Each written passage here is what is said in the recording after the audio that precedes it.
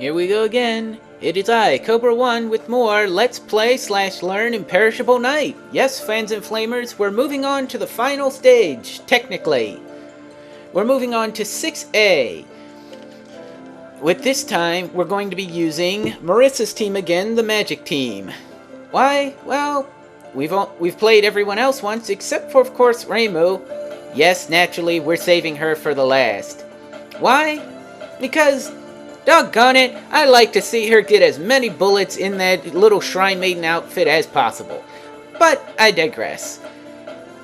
6, so you know, is another ambush stage. And because of the fact you have to play through this game twice, that means you get twice the ambushes. Well, let's get started. 6A is technically the 6 light version, as I might as well say. It's easier, has less bullets to dodge, etc., so forth. Be focused right at the start. There will be a huge onslaught of bullets. Bombing is definitely wise if you're not ready.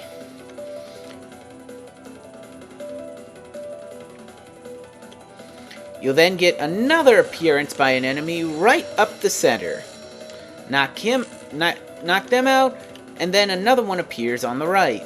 I'm sorry, on the left. I'm sorry, my mistake. On the left, and then on the right. What? Okay, now they're just toying with me. Okay, on the left one. Now it's definitely on. Okay. I could have sworn that one showed up on the right there.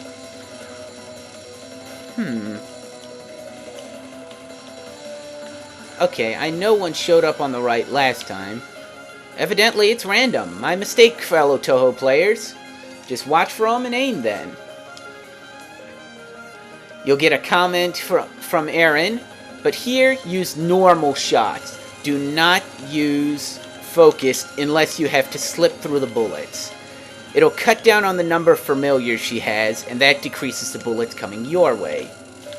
Same here. Use normal bullets, and then use focus to dodge around.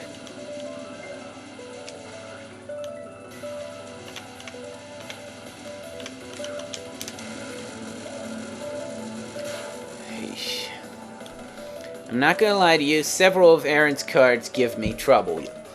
In a way, I can see her as somewhat more difficult than Kaguya, and I can understand why some people think she's the final boss. Anyway, after a little banter and a little understanding what's going on, you start the battle. You start the battle. Here, start focused, stay focused. There are no familiars to deal with, so just open fire and keep the pressure on.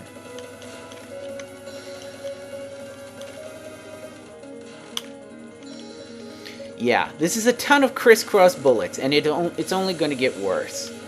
Here, move up slightly. It'll cause the honeycombs to get a little bit off target. This will make it a bit easier to hit her as well. Never stay at the exact bottom for this card. Always be a little bit up to give yourself more room. Opening fire, we find our second portion. Unfortunately, again, there's no real reason to destroy those familiars, and at the same time, no real reason to do so. The bullets are easy enough to dodge. And the blue circles stay in place. Revival Game of Life. This is where you're basically going to ignore Eirin, as she'll basically track you throughout this entire card.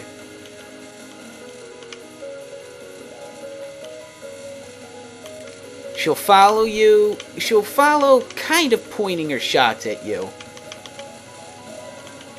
And the bolts don't hurt you unless they hit you dead on. This is the next phase, and also very difficult. Stay focused, and I do mean focused shots, and good luck. This is a dangerous, dangerous phase. Mainly because of just the extreme amount of bullets flying in your direction. Remember, this is the end. Don't be afraid to bomb.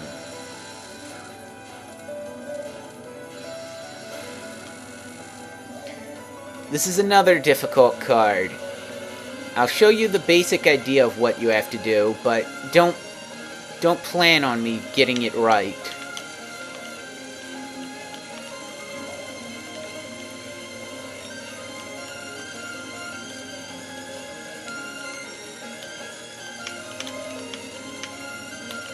Whoa.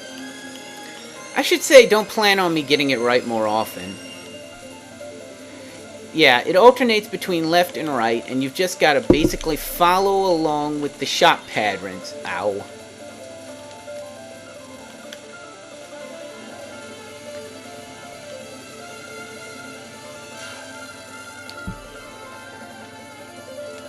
Now that we've cleared that, we get more crisscrossed bullets with a side of interspersed bullets as a side order. This is very, very difficult to dodge, but fortunately is her last normal attack. Or is that unfortunately? Oh well. Shoot her up the center, and we move on to Apollo 13. This card I hate. I hate. It's a ton of crisscross bullets, and also almost completely random in how they'll fly. There's no real safe spot. Basically, I suggest this is where you're going to burn up your bombs. It is her most difficult card, and besides, her bombs don't affect her during the next phase. Astronomical entombing. For this, turn on normal shots and don't turn them off. Move over to the side and blow up the familiars. Even with Reimu, you should concentrate on blowing up the center first, instead of the sides.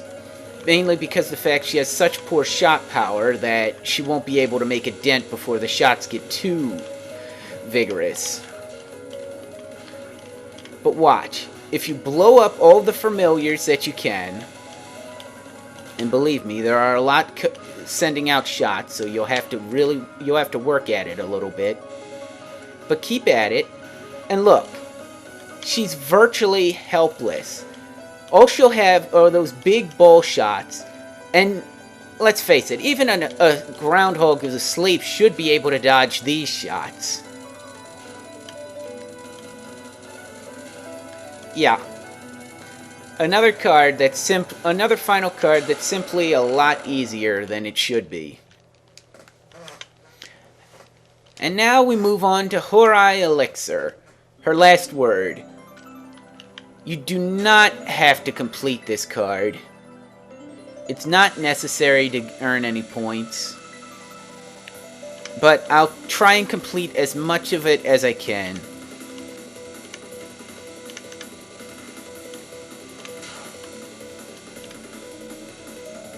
After the first explosion, you'll be coaxed over to the side. Dodge between the laser. Zip. And one more. One more rush. And now just follow along the top. Carefully, slowly.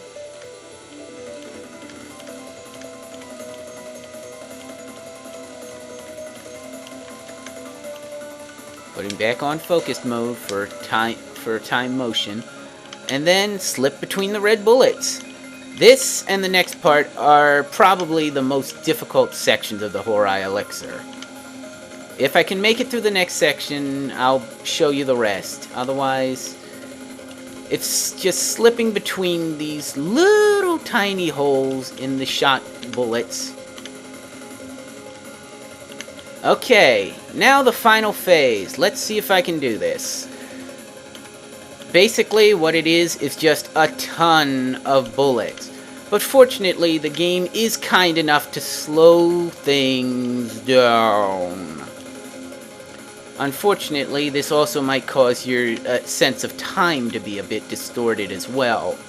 Well, I guess it's kind of appropriate. You probably earned a lot of time orbs to get to this section. You'll hear the timer slowly ticking the seconds.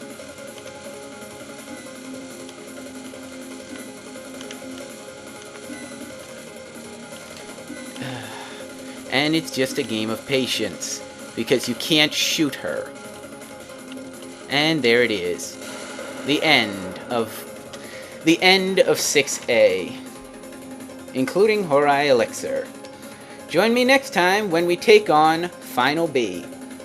See you then.